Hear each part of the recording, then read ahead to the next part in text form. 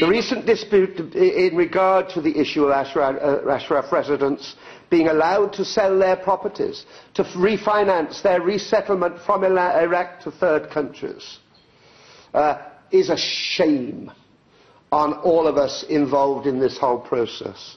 And unfortunately, Mr. Kobler is again acting in a manner not expected of an impartial mediator.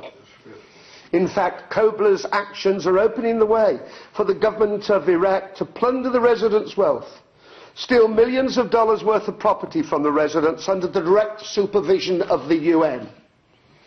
And I say to the UN, shame on you. That's not why we, free nations of the world, set up an international policing organisation to act in support of tyrants and to allow those tyrants to steal the well-being of people who had little.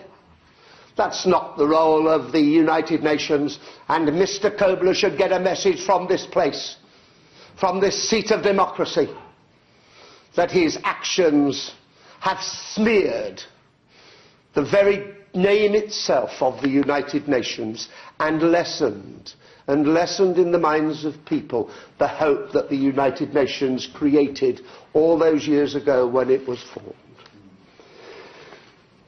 Meanwhile, I repeat, I think the momentum is tilting in favour of the Iranian resistance and ultimately the Iranian people.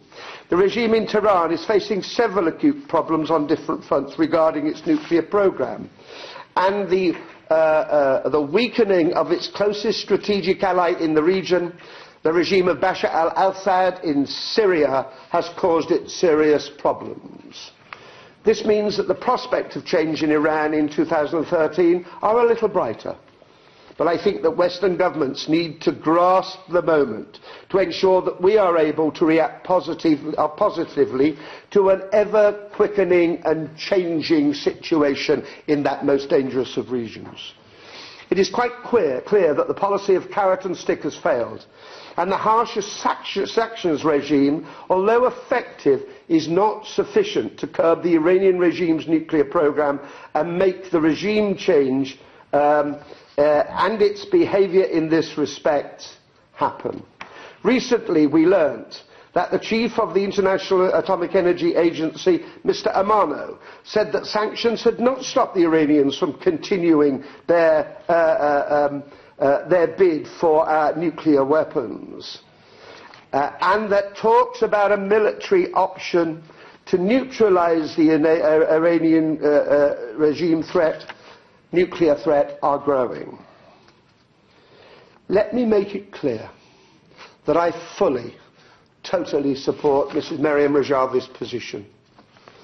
I support Maryam Rajavi. I support the option for the third way. I believe it is the only way. Supporting the Iranian people themselves, to throw off the shackles themselves, and in so doing, supporting organisations like the PMOI, but especially the National Council for Resistance in Iran, to help them achieve that outcome. That is our role. That's what we can do for Mrs. Maryam Rajavi and the movement.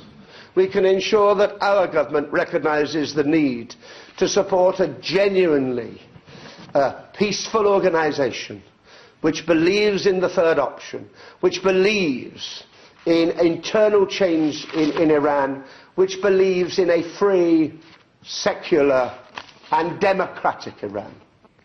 And I hope that we can have a party in Tehran. That is my great ambition.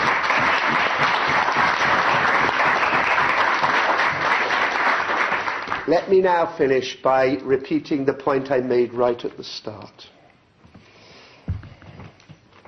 This is not only the fight of the Iranian people, not only the fight of the National Council for Resistance in Iran, this is our fight for a more peaceful world.